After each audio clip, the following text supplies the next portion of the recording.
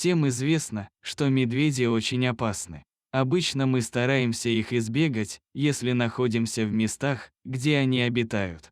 Однако, что делать, если дикому животному нужна помощь? История произошла в Карелии, на одном озере. Рыбаки спокойно ловили себе рыбу и не думали, что с ними в этот день произойдет такое приключение. Им пришлось очень быстро реагировать, ведь в их помощи нуждались медведи. Медведица-мама с двумя медвежатами пыталась переплыть озеро. Однако на полпути она поняла, что не сможет доплыть до противоположного берега, поэтому вернулась назад. Однако ее малыши продолжали плыть еще какое-то время, а после начали тонуть. Лодка, в которой были рыбаки, была недалеко, и медвежата поняли, что только так смогут спастись. Они стали цепляться за бортики лодки лапами и зубами, стараясь остаться на плаву. Глаза малышей умоляли спасти их. Разумеется, люди с опаской отнеслись к диким зверям, но поняли, что медвежата просто хотят спастись, а не напасть на них.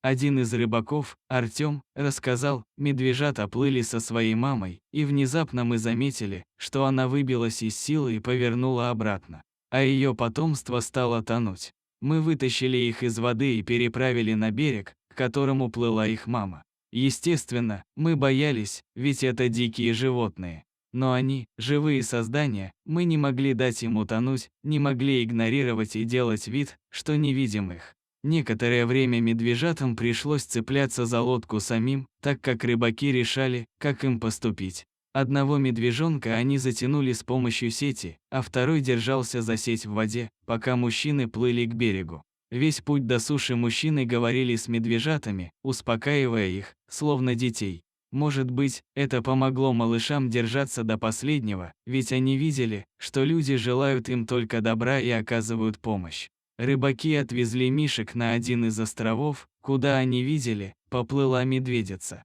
Они надеялись, что матери вскоре отыщет своих детенышей и поможет оправиться от случившегося. Они почти полностью выбились из сил и даже не могли передвигаться. Мы надеемся, что медведица-мама поможет им прийти в себя, рассказали отважные спасатели.